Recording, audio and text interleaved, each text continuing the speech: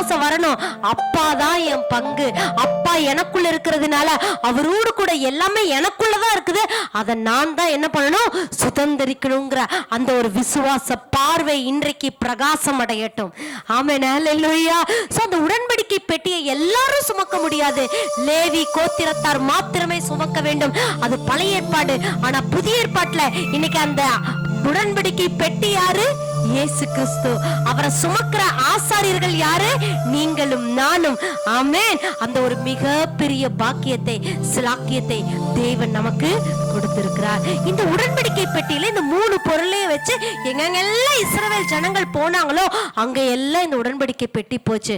ஆனா இந்த இஸ்ரவேல் ஜனங்கள் ஆண்டவருக்கு விரோதமாக பாவம் செய்ய ஆரம்பித்தார்கள், ஆண்டவருடைய கற்பனைகளுக்கு விலக ஆரம்பித்தார்கள், அந்நிய தெய்வத்தை பின்பற்ற ஆரம்பித்தார்கள், விக்கிரக ஆராதனை செய்தாங்க, விபச்சாரத்துல ஈடுபட்டாங்க, அவருடைய வார்த்தைக்கு கீழ்ப்படியல.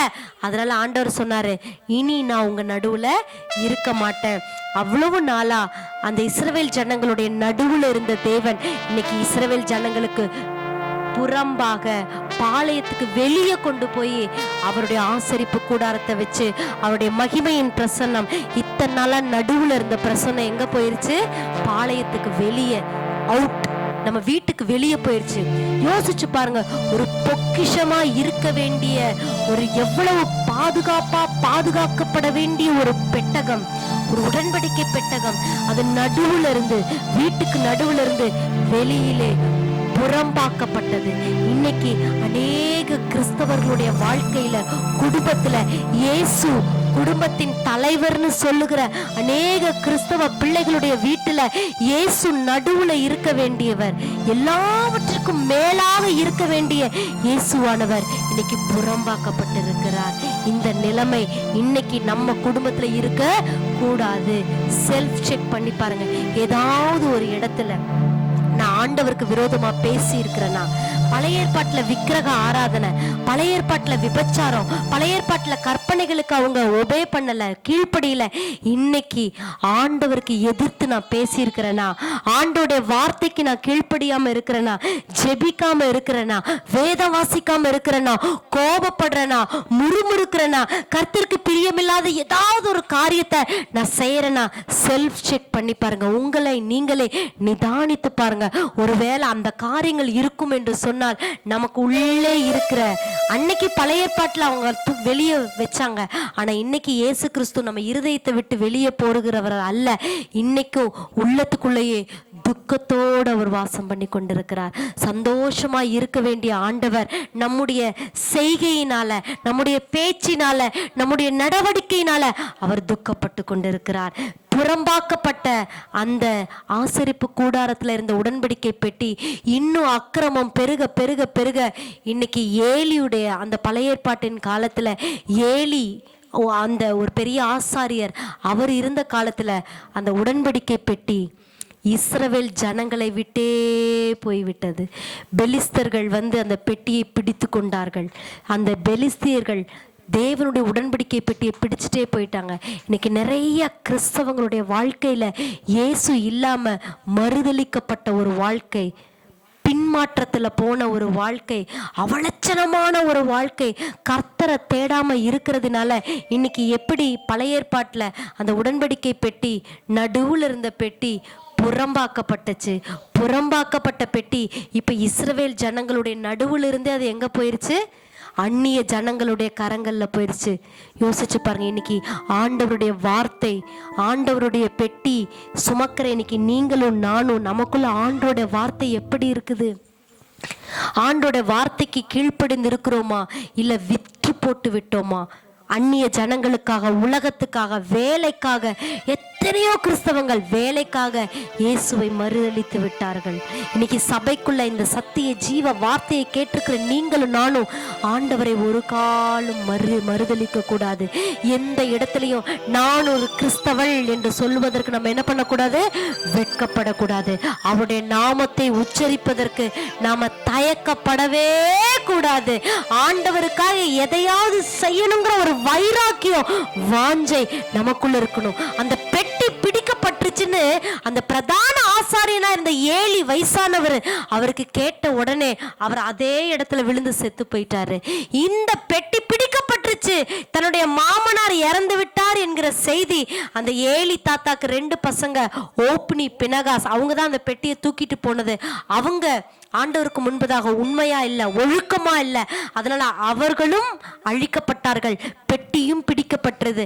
மாமனார் இறந்து விட்டார் என்கிற செய்தி நிறை மாத கர்ப்பிணியா இருந்த அந்த பினகாசனுடைய மனைவி பார்த்தா ஆண்டுடைய வார்த்தையாகிய இயேசுவுக்கு கொடுக்க வேண்டிய மதிப்பையும் மரியாதையும் கனத்தையும் நம்ம கொடுத்தா நிச்சயமாகவே அவர் நம்மை ஆசீர்வதித்திருக்கிறார் என்பதை நாம் விசுவாசித்து அந்த ஆசீர்வாதத்தை நாம் சுதந்திரித்துக் கொள்வோம். இப்ப ஏலி தாத்தாவுக்கு அடுத்த ஒரு பீரியட்ல தான் நம்ம தாவீது வராரு. அதுக்கு முன்னாடி இஸ்ரவேல் ஜனங்களுடைய முதல் ராஜா யாரு? சவுல் ராஜா. யாரு சொல்லுங்க? இது முழு இஸ்ரவேலுக்கும் அது வரைக்கும் ராஜாவே கிடையாது. ஆண்டவர் தான் யாரா இருந்தாரு? ராஜாவா இருந்தாரு. அவர் தான் நடத்தினாரு. இப்பதான் பெட்டி எங்க போயிருச்சு? வெளியே போயிருச்சு. இப்ப அங்க யாரு இல்ல, அவர் ஆளுகை செய்கிறதுக்கு ஆளுகை செய்ய ஒருத்தரும் இல்லை. அதனால நியாயாதிபதிகள்னு ஆண்டவர் எழுப்பி நியாயம் விசாரிச்சுட்டு வந்தாங்க. அந்த நியாயாதிபதிகள் காலத்துக்கு அப்புறம் ஜனங்கள் எல்லாரும் வந்து எங்களுக்கு ஒரு ராஜா வேணும், எங்களுக்கு ஒரு ராஜா வேணும், மற்ற இடத்துல எல்லாம் ராஜா இருக்கிறாங்க, எங்களுக்கு ஒரு ராஜா வேணும்னு கேட்ட ஆண்டவர் ஒரு ராஜாவை ஏற்படுத்தினார். அந்த ராஜா பேர் தான் என்னது? சவுல். அவர் நல்லா வளர்த்தி பயங்கர ஹைட்டு. அவர் வந்து நின்னாருன்னா அந்த சகல இஸ்ரவேல் ஜனங்களும் எங்க தெரியுங்களா இருப்பாங்க? அவங்களோட தோளுக்கு கீழே இருப்பாங்களாம். அந்த அளவுக்கு பயங்கர வளர்த்தியானவர் தான் ஒரு சவுல். அந்த சவுலை தான் ஆண்டவர் இஸ்ரவேல் ஜனங்களுக்கு ராஜாவாக தெரிந்தெடுத்தார். அவ்வளோ பெரிய மனுஷனு. ஆனா அந்த சவுல் கூட ஆண்டவருடைய பெட்டியை நான் பெலிஸ்தர் நாட்டுல போயிருச்சே, அதை நான் கொண்டு வரணுமே, ஆண்டோடைய பிரசன், நான் ராஜாவாயிட்டேன், ஆனா ராஜாவா இருக்க வேண்டியது யாருதான்? ஆண்டவர் தான். அவருடைய பெட்டி இன்னைக்கு என் நடுவுல இல்லையே, நான் போய் அதை கொண்டு வரணுங்கிற அந்த உணர்வு இல்லாம அவன் தனக்கென்று ஜெயஸ்தம்பத்தை நாட்டினா, நான் ராஜா நான் ராஜா நான் ராஜான்னு ஆண்டவரை தேடாமல் போனான். அதனால அவனும் விழுந்து போனான். அவனுக்கு அப்புறம் 2ஆவதா ஒருத்தனை ஏற்படுத்துகிறார். அவர் தான் யாரு? தாவீது. தாவீதை குறித்து ஆண்டவர் சொல்லுகிறார், இவன் என்னுடைய இருதயத்திற்கு ஏற்றவன். அந்த தாவீது முதல்ல எப்படி இருந்தான்? ஆடு மேய்க்கிறவனாய் இருந்தான். பிற்பாடுதான் அவன் எப்படி ஆகிறாரு? ராஜாவா மாறுறார். ஆனா அந்த ராஜாவுக்குள்ள ஒரு எண்ணம் இருந்தது. என்ன தெரியுங்களா? எப்படியாவது அந்த பெட்டி இஸ்ரவேலுக்குள்ள வர வேண்டும், அந்த பெட்டி, பிடிப்பட்ட பெட்டி உள்ளே வர வேண்டும் என்கிற ஒரு வாஞ்சை சவுல் ராஜாக்குள்ள இல்ல, தாவீது ராஜாக்குள்ள இருந்தது. இன்னைக்கு நீங்களும் நானும் தாவீதாக மாற வேண்டும். தாவீதுக்குள்ள இருந்த அதே இருதயம், ஒருவேளை நான் ஆண்டவரை விட்டு வெளியே போயிட்டேன், ஆண்டவருக்கு கொடுக்க வேண்டிய கனத்தை நான் கொடுக்கல, ஆண்டவருக்கு செய்ய வேண்டிய மரியாதையை நான் கொடுக்கலன்னு ஒருவேளை நீங்க நினைச்சு அப்படியே துக்கப்பட்டவர்களாய் அல்ல, இல்லை நான் எதையாவது செய்யணும், திரும்ப போன அந்த மகிமையை நான் உள்ள கொண்டு வரணும், அவருடைய மகிமை திரும்ப உள்ள வரணும், அவனுடைய பிரசன்னத்தை ஜனங்களுக்குள்ள கொண்டு வரணுங்கிற அந்த ஒரு எண்ணம் தாவீதுக்குள்ள இருந்ததுனாலதான் பிதாவாகிய தேவன் சொன்னாரு, இவன் என்னுடைய இருதயத்துக்கு ஏற்றவன். இன்னைக்கு ஆண்டவர் உங்களை என்னையும் பார்த்து, மகளே மகனே நீ என்னுடைய இருதயத்துக்கு ஏற்றவன் என்று சொல்லணும்னு எத்தனை பேர் ஆசைப்படுறோம். அத்தனை பேர் ஆசைப்பட்டோன்னு சொன்னா நமக்குள்ள ஒரு எண்ணம் வரணும். என்ன? அவருடைய வார்த்தை, புறம்பாக்கப்பட்ட வார்த்தை இன்னைக்கு எனக்குள் வர வேண்டும், என் வாயில வர வேண்டும், என் பிள்ளைகளுக்குள்ள வர வேண்டும், அவருடைய வார்த்தையின் வல்லமை என் குடும்பத்துக்குள்ள வர வேண்டும். இந்த எண்ணம் நமக்குள்ள வந்துருச்சுன்னா ஷபாஷ், நீதான் என் இருதயத்துக்கு ஏற்றவன் என்று கர்த்தர் அங்கீகரிப்பார். ஆமென், அல்லேலூயா. நிறைய பேர் செல்வத்தையும் கனத்தையும் பேரையும் புகழையும் வெளியே தேடுறாங்க. வெளியே இருந்து நமக்கு எதுவுமே கிடைக்காது. பக்கத்துல பார்த்து சொல்லுங்க, இந்த உலகத்துல இருந்து எதுவும் நமக்கு கிடைக்காது. ஏன்னா நாம இந்த உலகத்துக்குரியவங்க அல்ல. இந்த உலகத்துக்கு உரியவங்களுக்கு இந்த உலகத்துல இருந்து எல்லாம் கிடைக்கும். ஆனா நானும் நீங்களும் உலகத்துல வாழ்ந்தாலும் உலகத்துக்கு ஒத்தவர்கள் அல்ல. உலகத்துக்கு ஒத்த வேஷம் தரிக்க கூடாது. நம்முடைய குடியிருப்பு பரலோகத்தில் இருக்குது. அதனால உங்களுக்கு என்ன வேணுமோ அது எங்கிருந்து தான் வரணும்? பரலோகத்துல அது கர்த்தர் ஒருவனுக்கு கொடுக்காவிட்டால் ஒன்றையும் அவன் பெற்றுக்கொள்ள மாட்டான். அது ஆத்துமாவா இருந்தாலும் சரி, சபை வளர்றதா இருந்தாலும் சரி, குடும்பத்தினுடைய தேவையா இருந்தாலும் சரி, நம்மளுடைய அந்த செழிப்பு ஆசீர்வாதம் எல்லாம் எங்கிருந்து தான் வரணும்?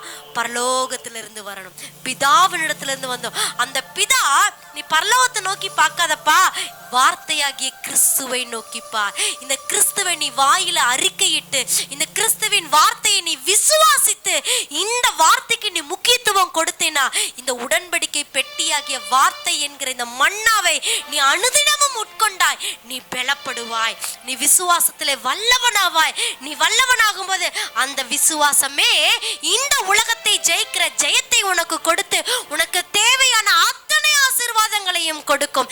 வெளியிலிருந்து கிறிஸ்தவனுக்கு எதுவுமே கிடைக்காது. கிறிஸ்தவனுக்கு சொல்லுங்க, எல்லாமே உள்ள இருக்கு. சொல்லுங்க, கிறிஸ்தவனுக்கு எல்லாமே உள்ள இருக்கு. எந்த உள்ள? கிறிஸ்துவுக்குள்ள. அந்த கிறிஸ்து எங்க இருக்கிறாரு? எனக்குள்ள இருக்கிறார். கிறிஸ்தவனுக்கு செழிப்பும் ஆசீர்வாதமும் உள்ள இருந்து தான் வரும். அந்த உள்ள யார் இருக்கிறார்? கிறிஸ்து இருக்கிறார். அந்த கிறிஸ்துவுக்குள்ள எல்லா நிறைவும் இருக்கிறதுனால எல்லாம் நமக்கு சாத்தியம். அல்லேலூயா. இன்னைக்கு கிறிஸ்தவனுக்குள்ள கிறிஸ்து காணோம். இன்னைக்கு கிறிஸ்தவனுக்குள்ள யார் இல்ல? கிறிஸ்து இல்ல. அதனாலதான் கிறிஸ்தவர்கள் இன்னும் ஏழ்மையின் கோலமாகவே இருக்கிறாங்க. என்னைக்கு ஒரு கிறிஸ்தவனுக்கு இந்த அறிவும் தெளிவும் புத்தியும் ஞானமும் வருகிறதோ, எனக்கு இந்த உலகத்துல இருந்து ஒன்னும் கிடைக்காது, எனக்கு அப்பா கிட்ட இருந்து கிடைக்கணும், அப்பா கிட்ட இருந்து எனக்கு கிடைக்கணும், அவர் முதல்ல எனக்குள்ள இருக்கணும். அதுதான் ஓபேத்-ஏதோம் வீட்டுல கர்த்தர் 3 மாசம் உடன்படிக்கை பெட்டி வச்சார். 3 மாசம் பழைய ஏற்பாட்டுல ஓபேத்-ஏதோமுடைய வீட்டுல பெட்டி இருக்கும்போது அவன் ஆசீர்வதித்திருந்தார் என்று சொன்னார். இன்னைக்கு நீங்களும் நானும் அனுதினமும் அவருடைய நாமத்தை சொல்றோமே, அனுதினமும் அவரை புகழ்ந்து பாடுறோமே. அப்ப ஆசீர்வதித்து இருக்கிறாரா இல்லையா? நீங்களே சொல்லுங்க, நீங்களே சொல்லுங்க, வாய் திறந்து சொல்லுங்க. ஓபேத்-ஏதோம் வீட்டுல பழைய ஏற்பாட்டுல 3 மாசம் இருந்துச்சு. கர்த்தர் ஆசீர்வதித்தார். அவனை மட்டும் இல்ல, அவன் வீட்டை ஆசீர்வதித்தார், அவன் பிள்ளைங்களை ஆசீர்வதித்தார், அவனுக்கு உண்டான எல்லாவற்றையும் ஆசீர்வதித்தார்னு சொன்னா இது பழைய ஏற்பாடு. அது உண்மையான வார்த்தை. இன்னைக்கு அந்த உடன்படிக்கை பெட்டியை நீங்களும் நானும் என்ன பண்ணிட்டு இருக்கோம்? சுமந்துட்டு இருக்கிறோம். அப்ப என்ன, அவர் ஆசீர்வதிச்சு இருக்கிறாரா இல்லையா? ஒரு ஆமேன் சொல்லுங்களேன். ஆமேன், ஆமேன், ஆமேன். அந்த விசுவாசம் வந்துருச்சுன்னா போதும், நம்ம கவலைப்பட மாட்டோம். கர்த்தரை நான் ஆசீர்வதிச்சிருக்கிறார், அந்த ஆசீர்வாதத்திலிருந்து நான் சுதந்திரிக்க போறேன். எனக்கு வெளியிலிருந்து ஒண்ணும் வராது, எல்லாம் எனக்குள்ள இருந்து தான் வரும். ஏன்னா எனக்குள்ள யார் இருக்கிறாரு? கிறிஸ்து இருக்கிறார். கிறிஸ்துவுக்குள்ள என்ன இருக்கு? பூமியும் அது நிறைவும் இருக்கு, வெள்ளியும் பொண்ணும் இருக்கு. எனக்கு தேவையான அத்தனை எங்கதான் இருக்கு? கிறிஸ்துவுக்குள்ளதான் இருக்கு. அந்த கிறிஸ்து வெளியே எங்கேயுமே இல்லை, அவர் எனக்குள்ள இருக்கிறாங்க. அந்த ஒரு தெளிவு வந்துருச்சுன்னு வைங்களேன், அவர் என்னை ஆசீர்வதிச்சுதான் இருக்கிறார், அந்த விசுவாசம் வந்துருச்சுன்னு வைங்களேன், நிச்சயமாகவே 2025ஆம் ஆண்டுல உங்களை என்னையும் மாதிரி ஆசீர்வதிக்கப்பட்ட ஜனம் வேற இல்லவே இல்லை. கரங்களை தட்டலாமா? ஆமென். ஹல்லேலூயா, ஹல்லேலூயா, ஹல்லேலூயா. ராஜா ஆசைப்பட்டார். யாரு? எந்த ராஜா ஆசைப்பட்டார் பெட்டி கொண்டு வரணும்னு? தாவீது ராஜா ஆசைப்பட்டார். அப்பா நான் இப்ப ராஜாவாயிட்டேன். வசனம் சொல்லுது, என்ன சொல்றதுக்கு நேரம் இல்ல, 3 காரியத்தை சொல்றேன். ராஜா தாவீது ஆடு மேய்ச்சிட்டு இருந்தார். அதுக்கப்புறம் சவுலுக்கு பயந்து பயந்து என்ன பண்ணாரு? ஓடி ஓடி ஒளிஞ்சாரு. அவர் கூட ஒடுக்கப்பட்டவர்கள், வேதனைப்பட்டவர்கள், கடன்பட்டவர்கள் எல்லாரும் என்ன பண்ணிட்டாங்க? சேர்ந்துக்கிட்டாங்க. இப்ப சவுல் ராஜா செத்து போயிட்டார். அவருடைய மரணம் எல்லாம் அகோரமான மரணம். அவர் பட்டயத்தை நட்டி வச்சு அவரே விழுந்து அவரே செத்து போனாரு. ஆனா உயிர் போகல. யாராவது என்ன கொல்லுங்க, தயவு செய்த அண்ணியனோட கரத்துல விழுந்து சாகருக்கு பதிலா யாராவது என்ன கொன்றுங்கன்னு ஒரு ராஜா என்ன கொல்லுங்க, என்ன கொல்லுங்க, என்ன கொல்லுங்கன்னு சொல்லி கத்தி கதறி அவரே என்ன பண்ணாரு? பட்டயத்தை நட்டு அருவாளை நட்டு அவரே உளுந்தார். ஆனாலும் அவர் உயிர் போகல. கடைசியில இன்னொருத்தர் வந்து அதை வெட்டும்படியா, அமலேக்கியன் ஒருவன் வந்து வெட்டும்படியா ஆனது. அகோரமான ஒரு மரணம். அந்த ராஜாவை பத்தி நம்ம இப்ப பார்க்கல. தாவீது ராஜா, அவருக்கு ஆசை, நான் ராஜாவா இருந்தாலும் என்னக்கும் மேல ஒரு ராஜாதி ராஜா இருக்கிறாருப்பா, அவர் உள்ள வரணும்பா, அவர் வந்தாதான் இந்த ஜனங்களை வழி நடத்த முடியும்பா, அவர் வந்துட்டா இந்த ஜனங்களுக்கு என்ன செய்யணுமோ அவரு எனக்கு சொல்லி கொடுத்துருவாருப்பாங்கிற அந்த ஒரு அறிவு தாவீதுக்கு இருந்தது. இன்னைக்கு உங்களுக்கும் எனக்கும் அந்த அறிவு வேணும். என்னதான் நான் குடும்பத்தோட தலைவனா இருந்தாலும், என்னதான் நான் குடும்பத்தோட தலைவியா இருந்தாலும், எனக்கு மேல ஒரு தலைவர் இருக்கிறார். அவர் என் குடும்பத்துக்குள்ள வந்துட்டா போதும், அவர் என் வீட்டுக்குள்ள வந்துட்டா போதும், சகலமும் சம்பூர்ணம் அடையும். ஆமென், அல்லேலூயா. அந்த ராஜாக்கு ஆசை இருந்தது, எப்படியாவது அந்த பெட்டியை, உடன்படிக்கை பெட்டி என்ன பண்ணணும், கொண்டு வரணும்னு. அந்த ராஜா இப்பொழுது பாத்தீங்கன்னா, வசனம் எடுக்க நேரம் இருந்தாலும் சொல்லிடுறேன் நான். அந்த தாவீதோட யுத்தத்திற்கு உதவி செய்யறதுக்காக வில் வீரர்கள், சொல்லுங்க வில் வீரர்கள். அடுத்தது பாத்தீங்கன்னா கவனும் கல்லும் எறிகிறவங்க, சொல்லுங்க கவனும் கல் எறிவாங்கல்ல, அதாவது யுத்தத்துல சண்டைக்கு போறக்கு ஆட்கள் எல்லாம் இப்ப தாவீதோட என்ன பண்ணிட்டாங்க, சேர்ந்துக்கிட்டாங்க. முதல்ல சேர்ந்தது யாருன்னா, யுத்தத்திற்கு ஒத்தாசை செய்த வில் வீரர், கவன் கல் எறிகிறவர், வில் அம்பு விடுற எல்லாரும், அதாவது போர் செய்யறதுக்கு திறமசாலிகள் எல்லாரும் இப்ப யாரு கூட வந்துட்டாங்க, தாவீது கூட வந்துட்டாங்க. அடுத்து ரெண்டாவது கூட்டம் இப்ப தாவீது நோக்கி வராங்க. அவங்க யாருன்னு சொல்லி பாத்தீங்கன்னா, ரொம்ப நாள் தாவீது கூடவே இருந்து தாவீதுக்கு எதையாவது செய்யணும், அவனுக்கு சாப்பாடு செஞ்சு கொடுக்கணும், அவனுக்கு இது செய்யணும் அது செய்யணும்னு சொல்லி தாவீதுக்கு உதவி செய்கிற மனுஷர்கள். தாவீது அங்க போய் ஏதாவது வேலை செய்யணும், நீங்க இருங்க நான் போய் எல்லா வேலையும் செஞ்சுட்டு வரேன், நீங்க இருங்க நான் அந்த வேலையை பார்த்துக்கிறேன்னு சொல்லி ரெண்டாவது தாவீதுக்கு உதவி செய்கிற ஜனங்கள் தாவீதோட என்ன பண்ணிட்டாங்க, சேர்ந்துட்டாங்க. மூணாவது உத்தம இருதயத்தோட, இப்ப சிஸ்டர் சாட்சி சொன்னாங்க பாத்தீங்களா, உத்தம இருதயம். கர்த்தர் தான்ப்பா, நீ யாரும் இல்லப்பா, இந்த சபைதான்ப்பா, நீ நான் எங்கேயும் போற மாதிரி இல்லப்பா, வாழ்ந்தாலும் அவரோட தான், மரித்தாலும் அவரோட தானே அந்த உத்தம இருதயத்தோடு இருக்கிற ஜனங்கள் இப்ப யாரோட சேர்ந்துட்டாங்க, தாவீதோட சேர்ந்துட்டாங்க. முதல்ல ஆடு மேய்ச்சான், ஒன்றும் பண்ண முடியல, ஆனா அவனுக்குள்ள ஆசை இருந்தது பெட்டியை கொண்டு வரணும்னு. அவன் சவுல் ராஜாவுக்கு ஓடிட்டே இருந்தான், ஆசை இருந்தது பெட்டியை கொண்டு வரணும்னு, கொண்டு வர முடியல. ஆனா இப்போ காலமும் நேரமும் சேர்ந்து வர ஆரம்பித்தது. தாவீதோட கூட சண்டை போடுறதுக்கு ஆட்கள் கூட்டிட்டாங்க, தாவீதுக்கு உதவி செய்யறதுக்கு ஆட்கள் கூட்டிட்டாங்க. தாவீதுக்கு உண்மையா உத்தமத்தோடு இருக்கிற ஜனங்கள் எல்லாரும் கூடி வந்தன. இப்ப சபாஷ், இதுதான் நேரம், வாங்க நம்ம எங்க போலாம், பெட்டிய அங்கிருந்து கூட்டிட்டு எடுத்துட்டு வரலான்னு சொல்லி சந்தோஷத்தோடு போறாரு. போகும்போது அவருக்குள்ள அந்த ஆசை இருந்துச்சு, அந்த ஆசையில தான் அவர் போனாரு.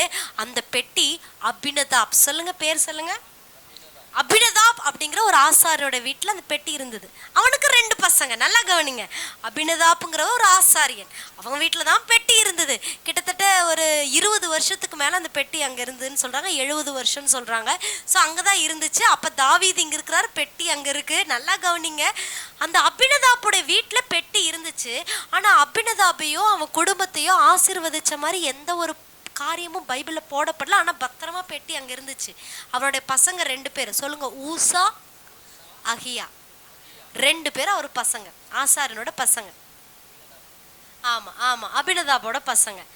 இவங்க 2 பேரும் அந்த உடன்படிக்கை பெட்டியை பத்திரமா பார்த்துட்டு இருக்காங்க. இப்ப ராஜா சொல்லி அனுப்புறாரு, என்ன தாவீது, நான் ராஜாவாயாச்சு, இனி உடன்படிக்கை பெட்டி அங்க உன் வீட்டுல இருக்க கூடாதுப்பா, அதை நேரம் எங்க கொண்டு வா, நான் இருக்கிற எபிரோனுக்கு எருசலேமுக்கு கொண்டு வா அப்படின்னு சொன்ன உடனே எப்படி கொண்டு வருதுன்னு எல்லாம் யோசிச்சு நல்லா கவனிங்க. உடன்படிக்கை பெட்டி உபாகமம் 10:8 யாருதான் தூக்கணும், லேவியர்கள் தான் தூக்கணும்.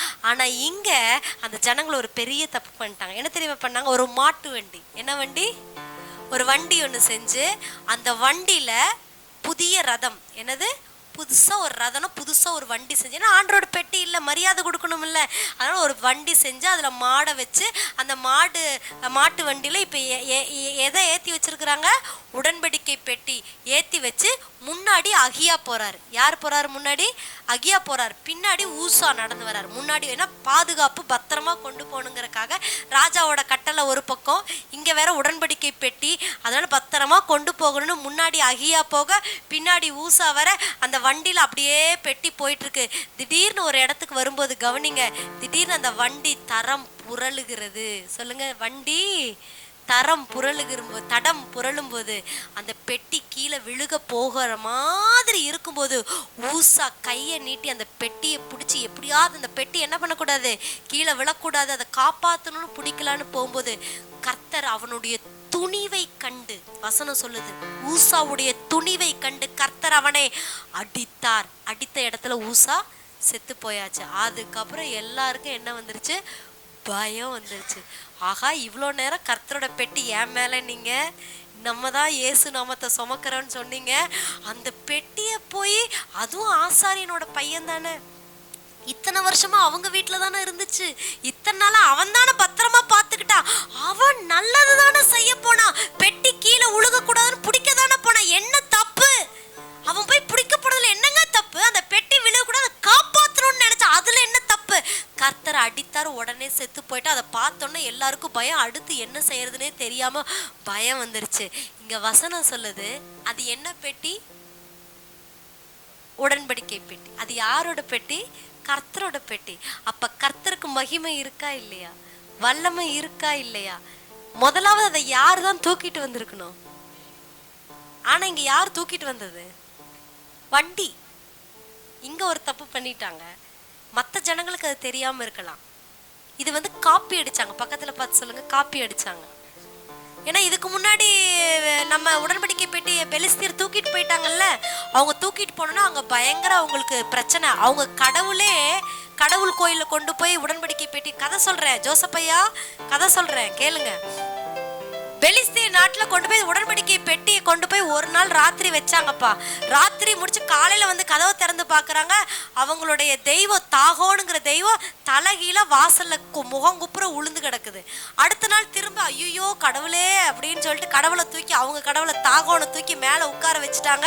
அடுத்த நாள் வந்து திறந்து பாக்குறாங்க, உடன்படிக்கை பெட்டிக்கு முன்னாடி தலை துண்டாயி 2 காலும் உடஞ்சு கிடக்குது அவங்களோட கடவுள். இதை பார்த்துனா ஐயோன்னு பயந்து அலறி, கடைசியில அவங்க ஊர்ல இருந்த எல்லாருக்கும் மூல வியாதி, பைல்ஸ் பிரச்சனை, எல்லாருக்கும் மூல வியாதி வந்து பயங்கர பிரச்சனை. ஆனா ஐயோ இந்த தெய்வத்தை கொண்டு போய் நான் என்ன பண்ணிட்டேன், எங்க ஊருக்குள்ள கொண்டு வந்துட்டேனே பயந்துட்டு அவனுக்கு என்ன பண்ணிட்டாங்க, ஒரு மாட்டு வண்டி செஞ்சு, புதுசா என்ன பண்ணாங்க, ஒரு மாட்டு வண்டி செஞ்சு அதுல உடன்படிக்கை பெட்டி வச்சு அதுக்கு வந்து பரிகாரமா நிறைய மூல வியாதி மாதிரியே எலியெல்லாம் செஞ்சு உள்ள இன்னொரு பெட்டி ஒண்ணு வச்சு அனுப்புனாங்க. அது ஒரு கதை,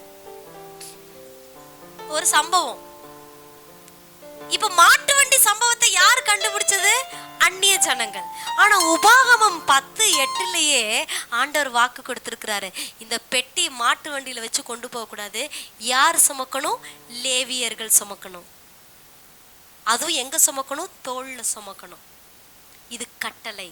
ஆனா அந்த கட்டளையை மீறி அதை மறந்து போய் ராஜா சொல்லிட்டாரு பெட்டி பத்திரமா போகணும்னு, இப்ப எதுல ஏத்திட்டாங்க? மாட்டு வண்டி. மாடுக்கு தெரியுமா தரம் புரண்டுச்சு, ஆனா அந்த பெட்டிக்குன்னு ஒரு மகிமை இருக்குல்ல, அதை காப்பாத்த ஆண்டவருக்கு அந்த வல்லமை இருக்குல்ல. ஆனா அதையும் மீறி நான் போய் பிடிச்சேன் அந்த பெட்டியை, நான் போய் அந்த பெட்டியை என்ன பண்ணேன், காப்பாத்து. இன்னைக்கு நிறைய பேர் நான் ஜெபம் பண்ணதுனாலதான் சுகமாச்சுங்க, நான் மட்டும் இந்த வார்த்தையை சொல்லுன்னா அவ்வளவுதாங்க அப்படின்னு நானுங்கிற அந்த துணிவு.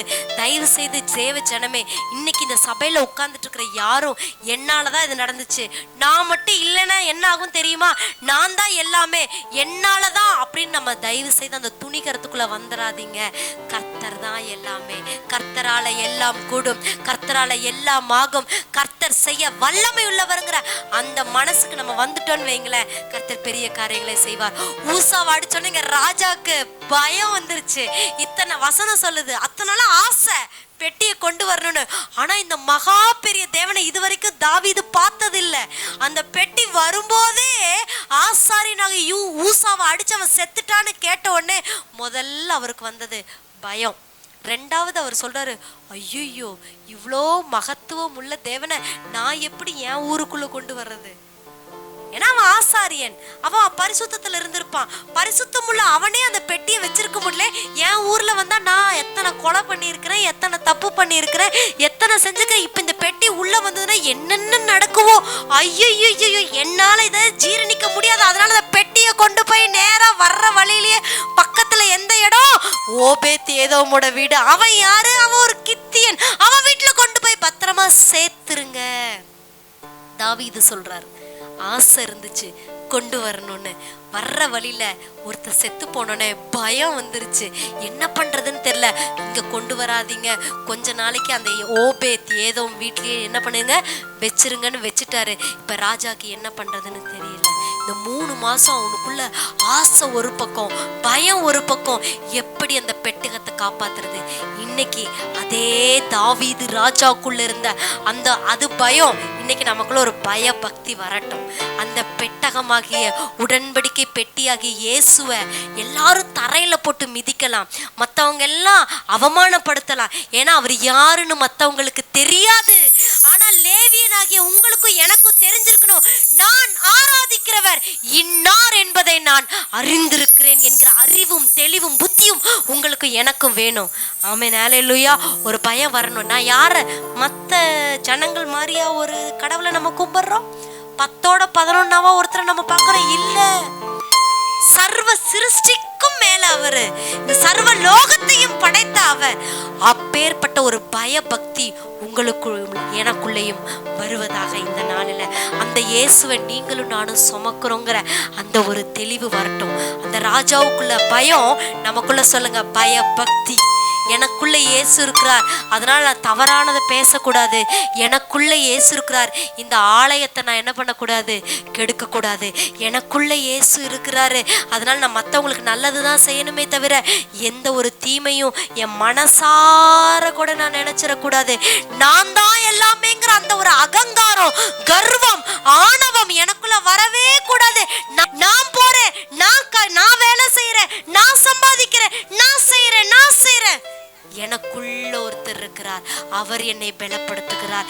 எனக்குள்ள ஒருத்தர் இருக்கிறார், அவரை நான் பத்திரமா பார்த்துக்கணும். இது அவர் தங்குகிற ஆலயம், இதை நான் பரிசுத்தமா பார்த்துக்கணும். இதுக்கு அந்த பயபக்தி அவருக்கு கொடுக்க வேண்டிய கனத்தை நான் கொடுக்கணும்னு அவருடைய வார்த்தைக்கு நம்ம கனத்தை கொடுத்தோன்னு சொன்னா நிச்சயமாகவே அவர் நம்மை ஆசீர்வதித்திருக்கிற அந்த ஆசீர்வாதத்தை நாம் சுதந்திரித்துக் கொள்ள முடியும்.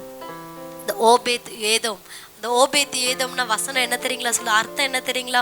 ஓபேத் அப்படின்னா சர்வெண்ட்னு அர்த்தம். ஓபேத்னா என்ன? சர்வெண்ட் அல்லது ஸ்லேவ், கடவுளுடைய அடிமை அல்லது கடவுளுடைய வேலைக்காரன், சர்வெண்ட். ஏதோம், ஏதோம் அப்படின்னா ரத்தம்னு அர்த்தம். என்னது? ரத்தம் அல்லது ரெட் ஒன் அப்படின்னு அர்த்தம். Servant of the red one, கர்த்தருடைய வேலைக்காரன். ஆதாம், இங்க யார் இவரு? ஏதோம். ஆதம் ஏதம் எல்லாரும் ஒரே இதுல வராங்க. ஆதம உண்டாக்கினது யாரு? இயேசு கிறிஸ்து. ஆதம் கீழ்ப்படியாம தப்பு பண்ணினப்போ அங்க ஒரு மிருகம் அடிக்கப்பட்டது, தோல் உடைகளை தேவன் போர்த்தினார். அதே மாதிரி இன்னைக்கு பழைய ஏற்பாட்டுல அந்த உடன்படிக்கை பெட்டி மேல ரத்தம் தெளிக்கப்பட்டாதான் அது பரிசுத்தமா இருக்கும். ரத்தம் தெளிக்கப்பட்டாதான் அது பாதுகாப்பா இருக்கும். கர்த்தருக்கு பலி செலுத்தணுங்கிற அந்த அறிவு ஓபேத் ஏதோமுக்கு இருந்ததுனாலேயோ என்னவோ தெரியல, அவன் பேரே அப்படி இருந்ததுனாலேயோ என்னவோ தெரியல, அவன் வீட்டுல 3 மாசம் அவருடைய பெட்டி இருந்து அவனை கர்த்தர் ஆசீர்வதித்தார், அவன் குடும்பத்தை ஆசீர்வதித்தார், அவன் பிள்ளையை ஆசீர்வதித்தார். அது ரத்தம். உடன்படிக்கை பெட்டி மேல என்ன செய்வாங்கன்னா, பரிசுத்தமா இருக்கணுங்கிறதுக்காக என்ன செய்வாங்க, பலி செலுத்தி ரத்தத்தை தெளிப்பாங்க. இன்னைக்கு ஆட்டு ரத்தம் மாட்டு ரத்தம் எல்லாம் இல்ல, ஆண்டவரே தன்னுடைய சொந்த ஜீவனையே கொடுத்து தான் சொந்த ரத்தத்தையே அவர் என்ன பண்ணிருக்காரு, விலைக்கிரயமா செலுத்தி இருக்கிறாரு. இன்னைக்கு நீங்களும் நானும் ஓபேத் ஏதோமா இருந்து அவருடைய ரத்தத்தின் வல்லமையை கடத்துல பிரிச்சுட்டோம்னா, வெளிப்படுத்துல ஒரு வசனம் வருது, சாட்சியின் வசனத்தினாலும் ஆட்டுக்குட்டியானவரின் ரத்தத்தினாலும் பிசாசானவனை அவர்கள் என்ன பண்ணினார்கள், ஜெயித்தார்கள் ஒன்று வசனம் வருது. அதாவது ஆண்டோட வார்த்தை ஒரு பக்கம், ஆண்டவருடைய ரத்தம் ஒரு பக்கம். பக்கத்துல பார்த்து சொல்லுங்க, ஆண்டோடைய நாமம் ஒரு பக்கம், அவருடைய ரத்தம் ஒரு பக்கம். அவருடைய ரத்தம் என்னை கழுவி சுத்திகரித்து கொண்டே இருக்க வேண்டும். அதான் நான் சொன்னேன், அந்த பெட்டிக்கு மேலே என்ன தெளிக்கப்படணும், ரத்தம் தெளிக்கப்படணும். இப்போ அந்த பெட்டியை யார் சுமக்கிறா, நானும் நீங்களும் சுமக்கிறோம். இப்போ அந்த பெட்டி எங்கே இருக்குது, எனக்குள்ளே இருக்குது. இப்போ நீங்கள் தான் அந்த ஓபேத் ஏதோம். இப்போ யார் தான் அந்த ஓபேத் ஏதோம், நீங்களும் நானும் தான். இப்போ நான் ரத்தத்தை தெளிக்கணும், எந்த ரத்தத்தை கூட தெளிக்கிறது, ஆண்டவராகிய இயேசு கிறிஸ்துவின் ரத்தத்தை நாம் தெளிக்க வேண்டும். பாவம் பண்ணினாலும் தப்பு பண்ணாலும் ஆண்டவருடைய ரத்தத்தினால என்னை கழுவுங்க அப்பா.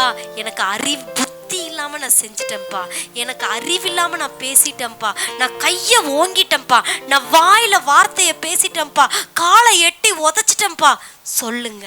அறிவில்லாம செஞ்சுட்டு ஆண்டவரே உம்முடைய ரத்தத்தினால என்னை கழுவும் அப்பா, உம்முடைய ரத்தத்தினால என்னை பரிசுத்தப்படுத்துங்க, உங்க வார்த்தையினால என்னை தேற்றுங்கப்பா, என்னை மறுரூபமாக்குங்க. நீங்க சொல்ல சொல்ல சொல்ல சொல்ல சொல்ல நிச்சயமாகவே நான் சொல்றேன், ஓபேத் ஏதோம் வீட்டில் இருந்த பெட்டி அவனை ஆசீர்வதித்தது உண்மை என்று சொன்னால், இன்னைக்கு அவருடைய பெட்டியை சுமக்கிற உங்களையும் என்னையும் ஆண்டவருடைய வார்த்தையினாலும் அவருடைய ரத்தத்தினாலும் ஆசீர்வதித்து இருக்கிறது.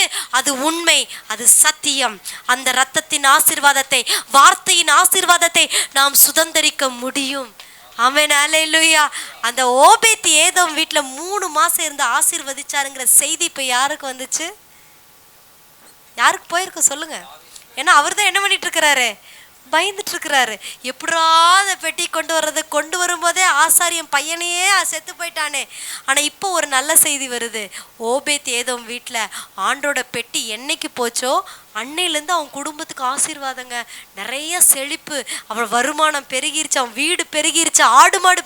யோசிச்சு பாருங்க, சாட்சி சொல்லணும். மற்ற ஜனங்கள் நம்ம குடும்பத்தை பார்த்து, ராஜா குடும்பம் இப்படி இருந்தாங்க ஆனா இந்த வருஷத்துல இப்படி ஆயிட்டாங்கப்பா, ஜோசப் ஐயா எஸ்தர் குடும்பம் இப்படி இருந்தாங்க ஆனா இந்த வருஷத்துல இப்படி ஆயிட்டாங்கப்பா. இது எப்படியானது? ஆண்டுடைய பெட்டி உள்ள இருக்குங்கிற அறிவு, அந்த பெட்டிக்கு ரத்தம் தெளிக்கப்பட வேண்டும் என்கிற அந்த அறிவு, அந்த ரத்தம் ஆண்டவராகிய இயேசு கிறிஸ்துவின் ரத்தம், அந்த பெட்டி ஆண்டவராகிய இயேசு கிறிஸ்துவின் வார்த்தை. ஆமென், அல்லேலூயா. அதனால சபையாக அவருடைய வார்த்தையை, அவருடைய ரத்தத்தை நம்ம என்ன பண்ண வேணும்? பிடித்து கொள்ள வேண்டும். அப்பா ஆசீர்வாதம். அது எப்படிங்க அந்த வார்த்தையும் அந்த ரத்தத்தையும் நான் இது பண்றது? அதுக்கு அடையாளமா தான் ஒவ்வொரு மாசமும் நான் திருவிருந்து எடுக்கிறோம். ஒவ்வொரு மாசமும் அவருடைய சரீரத்தையும் அவருடைய ரத்தத்தையும் நாம் பானம் பண்ணி கொண்டிருக்கிறோம். நீங்க விசுவாசத்தோடு தயவு செய்து 2025ஆம் ஆண்டுல இருந்து திருவிருந்துக்கு யாரும் மிஸ் பண்ணாதீங்க. ஒவ்வொரு வாரமும் திருவிருந்துக்கு வாங்க. பயபக்தியோடு ஆண்டோடைய வார்த்தையை நான் உட்கொள்ளுகிறேன், ஆண்டவருடைய ரத்தத்தை நான் உட்கொள்ளுகிறேன்ங்கிற அந்த ஒரு விசுவாசத்தோடு நீங்க உள்ள எடுத்து பாருங்க. இந்த பெட்டகத்தை அவர் பரிசுத்தப்படுத்தி, இந்த பெட்டகத்துக்குள்ள இருக்கிற அந்த இயேசு கிறிஸ்துவின் மகிமையின் ஒளி நாளுக்கு நாள் நாளுக்கு நாள் நாளுக்கு நாள் நாளுக்கு நாள் வெளியே வர ஆரம்பிக்கும். கர்த்தருடைய மகிமை ஒரு இடத்துல இருக்குதுன்னா அந்த மகிமை மறைந்திருக்க முடியாது. கர்த்தர் உங்களுக்குள்ள உண்மையாகவே இருக்கிறார்னா சகல ஜனங்களுடைய கண்களும் அதை காணும். அதனாலதான் நம்ம ஏசாயால வாசிக்கிறோம், உதிக்கிற உன்னுடைய வெளிச்சத்தின் இடத்திற்கு ராஜாக்கள் நடந்து வருவார்கள், உதிக்கிற உன்னுடைய ஒளியின் இடத்திற்கு சகல ஜாதிகளும் வருவார்கள். ஆமென், அல்லேலூயா. ஓபேத் ஏதோம் யாருன்னா இன்னைக்கு நீங்களும் நானும் தான். அவங்க வீட்டுல பெட்டி இருந்தது மாதிரி இன்னைக்கு நமக்குள்ள யார் இருக்கிறா? இயேசு கிறிஸ்து இருக்கிறாரு. இந்த பெட்டி நமக்குள்ள இருக்குங்கிற அந்த அறிவு வந்துருச்சுன்னா அவன் பத்திரமா பார்த்துக்கிட்டா எப்படி அந்த ஆசீர்வாதம் கிடைச்சதோ அதே மாதிரி அதே ஆசீர்வாதத்தை உங்களுக்கும் எனக்கும் ஆண்டவர் நிச்சயமாய் தந்திருக்கிறார். தருவார் இல்ல, தந்துட்டாரு. எப்ப உள்ள வந்துச்சோ அப்பவே எல்லாம் வந்துருச்சு. ஆனா அதை இன்னும் நம்ம பார்க்கல. இன்னும் ரத்தத்தின் மகிமைய, வார்த்தையின் மகிமையை நம்ம எடுக்கல. ஒரு பிரைம் மினிஸ்டர் இன்னைக்கு நம்ம வீட்டுக்கு வராருன்னு வைங்களேன், வந்து சொல்றாரு, லேவி இனிமே உன் படிப்பு செலவையெல்லாம் நான் பார்த்துக்கிறேன், ஹெசட்ஜாய் உன் படிப்பு செலவை நான் பார்த்துக்கிறேன், பாஸ்டர் உங்க சபைக்கு வர்ற எல்லா மக்களுக்கும் வேலையை நான் போட்டு கொடுக்குறேன் அப்படின்னு அவர் வாயில ஒரு வார்த்தை சொல்லிட்டு இந்த இடத்த விட்டு கடந்து போயிட்டா செய்வாரா மாட்டாரா? நடக்குமா நடக்காதா? நீங்க நம்புறீங்களா நம்ப மாட்டீங்களா? ஜோசப் ஐயா சொல்லுங்க. ஒரு பிரைம் மினிஸ்டர், பிரதமர் வராரு, மோடிஜி வராரு, வந்து சொல்றாரு, பாஸ்டர் உங்க சர்ச் இப்படி இல்ல பாஸ்டர், உங்களுக்காக ஒரு பெரிய சிட்டியவே உருவாக்கி தரேன், உங்க பிள்ளைகளை உங்க சபைக்கு வர மக்களை நான் பாத்துக்கிறேன்னு சொல்லிட்டு போயிட்டாருன்னா ஆத்துமா இங்க ஓடி வருமோ வராதா? இங்க இருக்கிற நம்மளுடைய வாழ்க்கை மாறுமோ மாறாதா? அதை நீங்க விசுவாசிப்பீங்களா மாட்டீங்களா? விசுவாசிக்கிறீங்க தானே? அதையெல்லாம் விசுவாசிக்கிற நம்ம இங்க ஒரு பெரிய பிரைம் மினிஸ்டர் இருக்கிறாரு. அவர் வார்த்தையை சொல்லிட்டு போயிருக்கிறாரு, நான் உனக்குள்ளதான்ப்பா இருக்கிறேன் மகளே, நான் உனக்குள்ளதான் இருக்கிறேன். நான் உனக்குள்ள வந்ததுனால என்னோடு கூட எல்லாமே வந்துருச்சு. நீ அதை விசுவாசி, மகிமையை நீ பார்க்க போற. நீ விசுவாசி. 2025ஆம் ஆண்டு ஆசீர்வாதத்தின் ஆண்டு, 2025ஆம் ஆண்டு அது செழிப்பின் ஆண்டு, அது மகிமையின் ஆண்டு, அது வல்லமையின் ஆண்டு, அது தேவ கிருபை பெருகுகிற ஆண்டு. சகல ஜனங்களும் நம்மை பார்த்து ஆச்சரியப்படக்கூடிய ஒரு ஆண்டா இருக்க போகிறது. தாவீது ராஜா ஓபேத் வீட்டுக்கு வந்ததை போல சகல ஜனங்களும் நம்மை நோக்கி வரப்போகிறார்கள். நமக்குள்ள இருக்கிற மகிமையின் ஒளி பிரகாசமடைய போகிறது. ராஜாவும் அவனோடு கூட சகல ஜனங்களும் கூடி வந்து மகிழ்ச்சியோட, இப்ப ஆசை மட்டும் இல்லை, இப்ப உள்ள என்ன இருக்கு, கொஞ்சம் பயம் இருந்துச்சு. அந்த பயமெல்லாம் போய் இப்ப அவர் என்ன தெரியுங்களா பண்ணிட்டாரு, எடுத்துட்டு வாங்க அந்த புஸ்தகத்தை. எப்படி ஆண்டவருடைய பெட்டிய ஊருக்குள்ள கொண்டு வர்றதுன்னு படிச்சார். இந்த 3 மாசமா ராஜாக்கு இதுதான் வேலை. நமக்கும் அதே வேலையா இருக்கட்டும். எப்படி அந்த பெட்டியை உள்ள கொண்டு வர்றது, அந்த பெட்டி கொடுக்க வேண்டிய கணம் என்ன, அந்த பெட்டி எப்படி நம்ம மரியாதை செலுத்துறது, அந்த பெட்டிக்கு என்னென்னவெல்லாம் பண்ணணுங்கிறத ராஜா படிச்சுட்டாரு. படிச்சதுக்கு அப்புறம் பாத்தீங்கன்னா இப்ப ராஜா யார் அங்கே அப்படின்னு எல்லாரையும் கூப்பிட்டு நீங்க போய் நல்லா வாசிச்சு பாருங்க. ரொம்ப அருமையா இருக்கு. 1 நாளாகவும் 12, 13, 14, 15 எல்லாம் வாசிச்சு பாருங்க. 3